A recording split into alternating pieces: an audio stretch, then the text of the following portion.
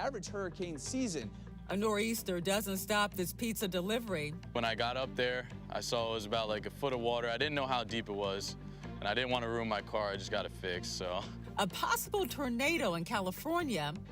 I actually kind of stayed hunkered down just because the wind is really dangerous. And there's even a metal object over here that flew maybe over 100 and maybe 200 feet. Staying safe on wet roads. Step 1, look where you want to go. Don't stare at what you're about to hit. Steer into the safe space instead. And we'll help you better understand waterspouts. From our nation's capital, this is the National Weather Desk. Good morning and welcome to the National Weather Desk. I'm Angela Brown. It's been a pretty quiet hurricane season for the U.S. with no major storms making landfall this year. And right now, all is quiet in the Atlantic with no chance of tropical development in the next, really, 7 days. But is this hurricane season as slow as we think? Meteorologist Ryan Munn takes a look at the numbers. And despite it seeming quiet, it's actually been an average hurricane season. We're up to 12 named storms. 4 of them became hurricanes and 3 major hurricanes. We average 14 named storms per year, 7 hurricanes and 3 major hurricanes. The next name on the list is Melissa. And here's a look at some data from 1851 to 2019. You can see there's been a very slow but steady increase in named storms per year, considering we averaged around 6 back in the mid-1800s. The record was set back in 2005 when there was 28 named storms. You can see the line where we are today, and notice the precipitous drop-off as we head through the end of October and into early November. Now let's rewind a little bit. Notice the time frame in the top right. This is a look at August in terms of frequency and the number of named storms and where they typically form. September is our peak. Notice all the areas of reds. Once we get to October, that's when things start to quiet down in the Atlantic, and by November, it's more of a rarity for a storm to form. In the studio, I'm meteorologist Ryan Munn. And just because we have not seen any hurricanes make landfall this season does not mean it's been all sunshine and clear skies. This weekend, areas from Florida to Rhode Island were rocked by a nor'easter. Although they are more common in the winter, it's not unheard of to have them happen this time of year. Ohio meteorologist David Holtman explains nor'easters and how they can impact the East Coast. Nor'easters are known for happening in the winter, but can happen any time of year, and while they may not have the same prominence as hurricanes, they can be just as damaging as a weak hurricane. There are 2 types of nor'easters. The first type forms in the Midwest and starts as a regular winter storm. The other type is more similar to the system that formed last weekend on the East Coast. That type starts along the southeastern Atlantic coast along an old front. As that low proceeds to move up the East Coast, it intensifies in the spot where colder Canadian air meets the warmer air in the Atlantic Ocean. Because of where these air masses meet, the major impacts tend to be in the northeastern Atlantic. Last Friday, this storm quickly climbed up southern Georgia and rapidly intensified until it reached New Jersey. The storm lingered around there for a few days, bringing those heavy rainfall totals and persistent wind gusts from 40 to 50 miles an hour. Those winds come out of the northeast, and those northeasterly winds come from the ocean and slam into the coast, bringing in all the water from the ocean inland and causing coastal flooding. Here in eastern Iowa, we don't call them nor'easters, but we do see a lot of similar impacts like heavy snow and stronger winds. And speaking of that weekend nor'easter, a pizza delivery guy in New Jersey found a creative way to work through all that flooding you see there. Delivering by kayak. Jim Murdoch has that story. Hello, brothers. Good, how are you? Anthony Diaz set out on a routine delivery call from Brothers Pizza in a Subaru Monday around lunchtime to an address in nearby Mystic Islands. Problem was, the way there was flooded big time. When I got up there, I saw it was about like a foot of water. I didn't know how deep it was, and I didn't want to ruin my car. I just got it fixed, so I decided to park and I was gonna walk. He made it all the way to the corner of Twin Lakes and Delaware Drive in front of Jill's house. The pizza guy was there, he parked his car, and he was wandering around, and he couldn't go any further with his car. And I joked with him and I said, do you want a kayak? The little blue one he took. And off he went, even FaceTiming his stunned girlfriend, Adriana. As neighbors snapped photos and videos of the determined delivery guy for Anthony, it was all just part of the job. It was just a pie. It was just a plain pie. It was easy to carry. I had put it on my lap and started started rowing. Anthony's kayaking adventure was no small feat. It was about 1/3 of a mile each way.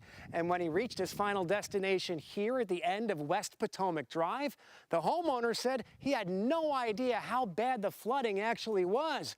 When he found out, he put a call in to Anthony's boss and said that employee is a keeper. The customer was happy about it. He called me up. He goes, dude, man, he's great, this kid. You know, he did a good job. About 15 minutes, he came back, and that was it. He got a tip. He got a $15 tip for a $14 pizza. Not bad. Don't matter what it is, nothing stops him. You know what I mean? Nothing stopped him. Anthony took it all in stride, or should we say paddle. You got to do it. That's the world we live in now. You got to problem solve as quick as you can, as efficient as you can. We'd expect nothing less from this Jersey guy, especially when a hot, fresh pizza is on the line. Well, the West Coast has also been dealing with severe weather and flooding. In fact, the National Weather Service is currently investigating to see if any tornado may have touched down Monday in Pescadero, California, west of San Jose. A 200-pound water tank was thrown across a highway and a roof blown off a building. I actually kind of stayed hunkered down just because the wind is really dangerous. And there's even a metal object over here that flew maybe over 100 and maybe 200 feet. So I just kind of waited for things to calm. Well, the National Weather Service has yet to confirm if a tornado did touch down, but hopes to have the answer before the end of the week. Wisconsin is known for its cold temperatures, but October is flying by, and so far the state has seen much warmer temps than usual. The mild start to the cold season might be good news for those who are not a fan of sweater weather, but it's not great for all the fall foliage in that state. Green Bay meteorologist Audrey Lee has more. We're halfway through October, and northeast Wisconsin has been surprisingly warm. We started the month with summer-like temperatures, 10 days above average, 4 near average, and none below. Sweaters are optional right now, but winter coats, not quite yet.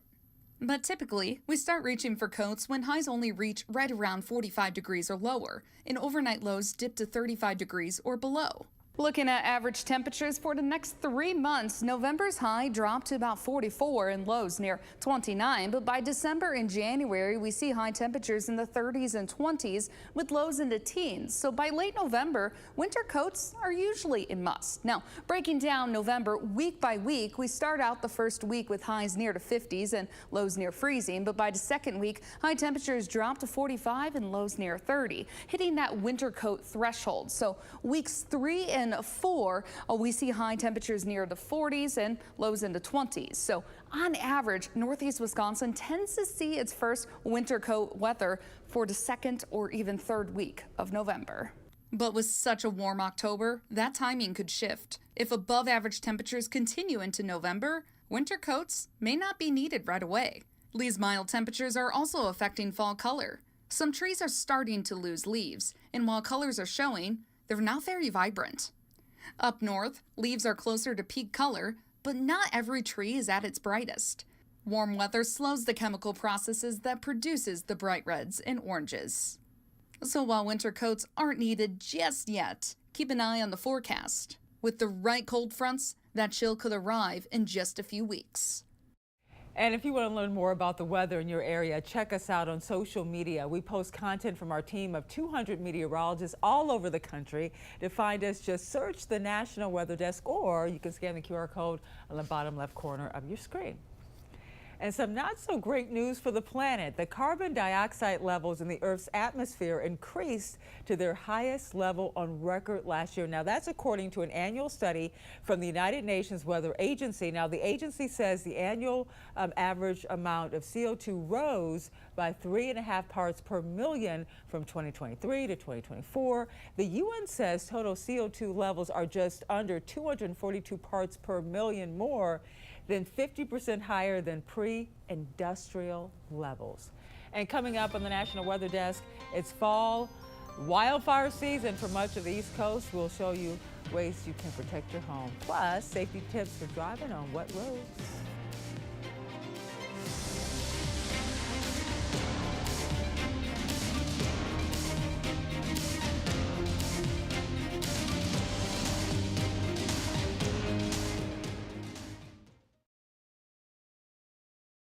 I'm meteorologist Charlie Lopresti with Look at the Northeast. So we're tracking a seasonably cool day in the Northeast today. Most areas will stay in the 50s and low 60s, and it's going to feel cooler thanks to a stiff northerly wind. Expect some gusts around 30 miles per hour. Any rain and snow showers should be in northern New England today. We're seeing a few of those in northern parts of Maine. And there'll be more clouds in these regions and into eastern parts of Massachusetts. Elsewhere, though, expect a lot of sunshine throughout the Northeast. That'll be true on Friday. We'll have mostly sunny skies with temps back in the 60s. I'm Chief Meteorologist Gerard Jabali. Here's a look at the Mid-Atlantic region. It's sunshine from start to finish for your Thursday and again on Friday. Not likely to see anything to come our way. We've got high pressure settling in throughout the next few days, even into Friday. It's looking very, very nice, but temperatures will be cooler as we still see some northerly winds bringing in drier and cooler air from Canada. So high temperatures only in the low 60s at best for your Thursday afternoon, and maybe just a couple of degrees warmer for your Friday. I'm meteorologist Charlotte Carl. Temperatures still remain close to average the further east that you get in our area. So Florida all the way up the 95 corridor into the Carolinas, are remaining near where we're supposed to be for this time of year. However, the further west you look, the more high pressure will impact the forecast, meaning that you're either going to be a little bit closer to or slightly above average. That high pressure also keeps conditions mostly calm as we head throughout your Thursday, with the exception of a few passing showers in Florida.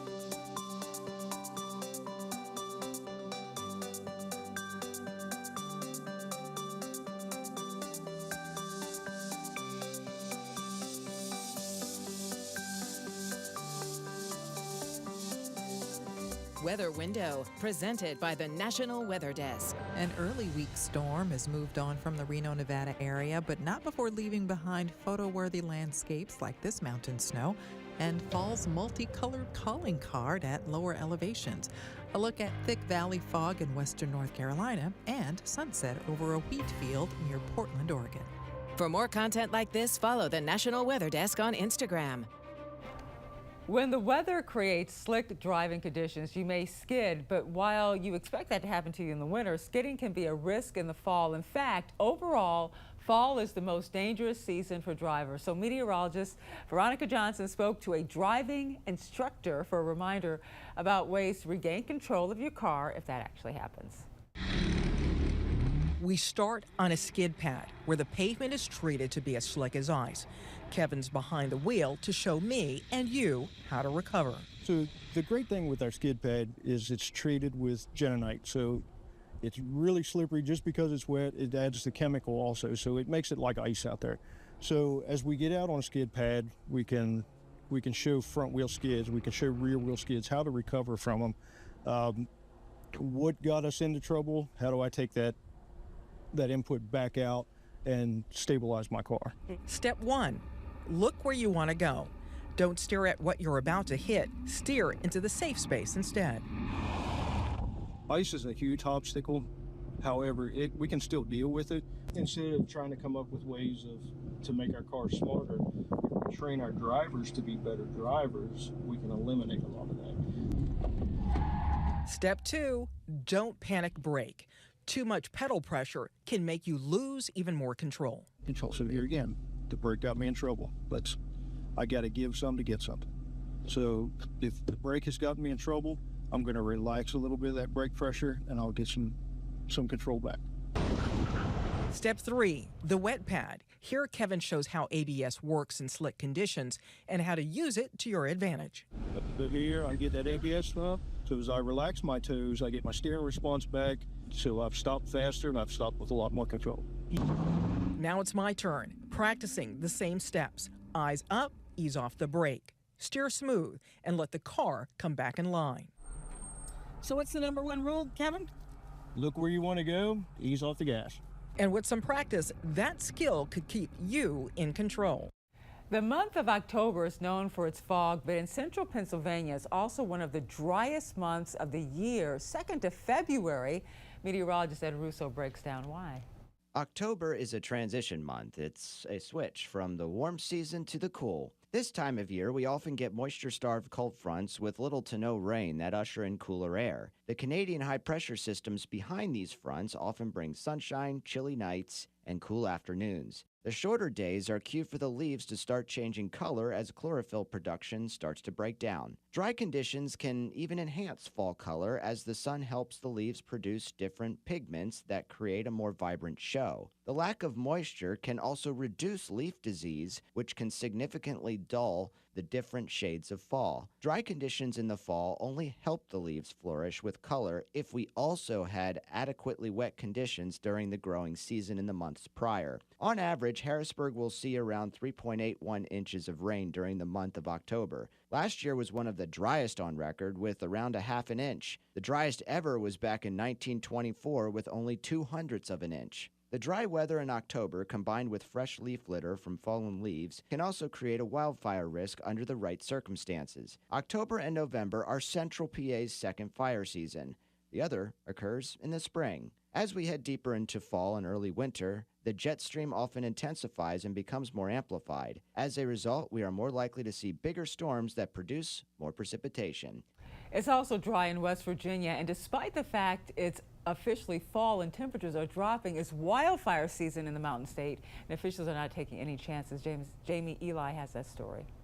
As the seasons change, so does the ability to burn, as the West Virginia Department of Forestry has brought back their fall burn ban. From 7 a.m. to 5 p.m., West Virginia residents are banned from outdoor burning with very few exceptions. There's no open burning. Obviously, for food, you're allowed to cook for food. However, they don't want burning in barrels, burning off your fields or anything like that. The ban was initiated as the result of a few environmental factors: dried vegetation, dry weather, and stretches of low humidity, all making it easier for a fire to become out of control. If a resident should see a fire, Brooke County EMA Director Greg Moore says a call should be made immediately. If someone reports it to the 911 center, fire department's going to be dispatched out. They'll have the homeowner put the fire out, or the fire department will extinguish it. But that doesn't mean those who burn completely escape culpability. If the Forestry Division is notified and they come out and they see it's warranted, they will issue a citation. If a person is caught violating restrictions, they could face a maximum fine of $1,000. For Brooke County, following the burn ban means more than following state law. It's a guardian protecting the area's nature. We had the fire last year. We had a couple big, huge fires in Brooke County, and we want to try to keep that not happening. And by doing this, I mean, we follow the law by the state, and just hopefully we don't have any more brush fires. The burn ban runs through December 31st. It's a fall staple south of Columbus, Ohio, one that drew visitors from near and far to celebrate Day One, which was Wednesday. Meteorologist Sarah Converse takes us to Circleville Pumpkin Show, a celebration of local and family traditions. The Circleville Pumpkin Show started off without a squash, as huge pumpkins were lifted on a scale. 2, 1. The pumpkin weigh-off is an important tradition for the first full day of the show. From locals to other large pumpkin growers like Paul Nichols, it is worth the drive. We drove about 11 hours to get here, and we've been coming to the weigh-off here for a number of years, so we didn't want to miss it. About 25 pumpkins were weighed, all by local farmers, which trustee Ernie Weaver says makes the pumpkin show so special. The Circleville growers are fabulous people. They're just good, homegrown people. They share their secrets, their growing secrets with one another. From the weigh-off to the famous pumpkin donuts from Lindsay's. Say pumpkin! Pumpkin! The Circleville Pumpkin Show is a family tradition for many, including Heather Feltz. Well, my family has probably been coming out here for the last 50 years, but I've been bringing my boys out here for the last 20. What are they looking forward to most? Well, apparently these donuts are really good, so. The big pies, the big pumpkins, the carvings, it's all great. It's all great. And time now for a short break, but first we take in views above the Conway Scenic Railroad in New Hampshire.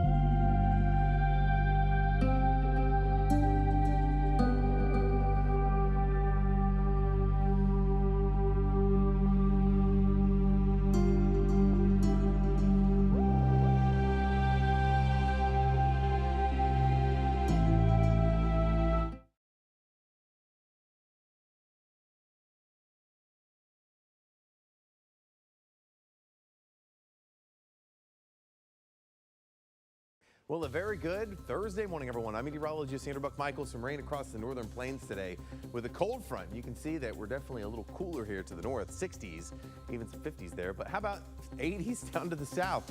Big difference in temperatures across the Midwest over the next few days. But cooler air will be working its way in as that rain moves its way across the Midwest, pushing this rain into the Ohio Valley by Saturday into Sunday. Well, good Thursday morning to you. I'm meteorologist Chris Suchan. Look at our forecast today across the region, starting off with a nice morning.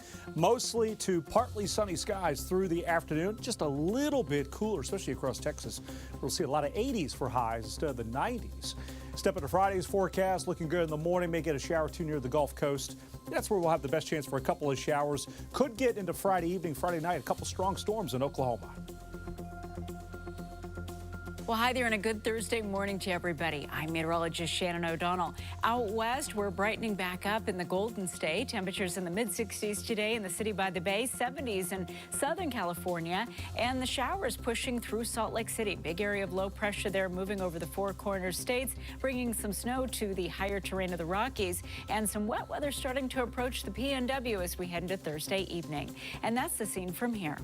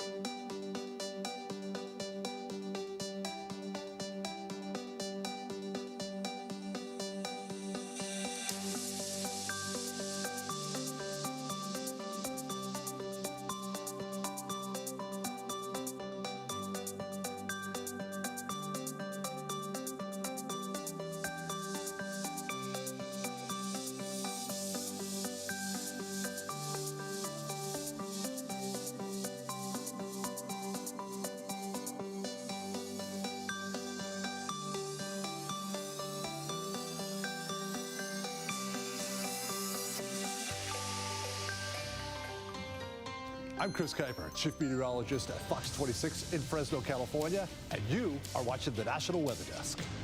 Well, you have heard of tornadoes, but what about land spouts? Meteorologist Joy Bedenhausen explains what they are. You may think waterspouts and land spouts are similar, but they actually have some different characteristics. A land spout can form when we have a boundary set along the surface and winds essentially converge at that boundary. This will cause some rising air or rising motion, and that's what we need. Now, boundaries, of course, we know they can happen because of a moisture difference, temperature difference, elevation differences. So these can happen in numerous places across the country. As you're seeing air flow around this boundary, this will lead to a center of rotation, also causing the air to rise. Now, land spouts, because we're looking at a boundary here, do not need severe thunderstorms to form. Essentially, it'll pick up the dust, the dirt, and that's how you see that funnel. Now, because of that rising motion, you'll see clouds form above it, but these aren't going to be thunderstorm clouds, right? These are more of cumulus clouds. Here's the difference between tornadoes and land spouts. Again, tornado, you need a severe thunderstorm. Land spout, no severe thunderstorm.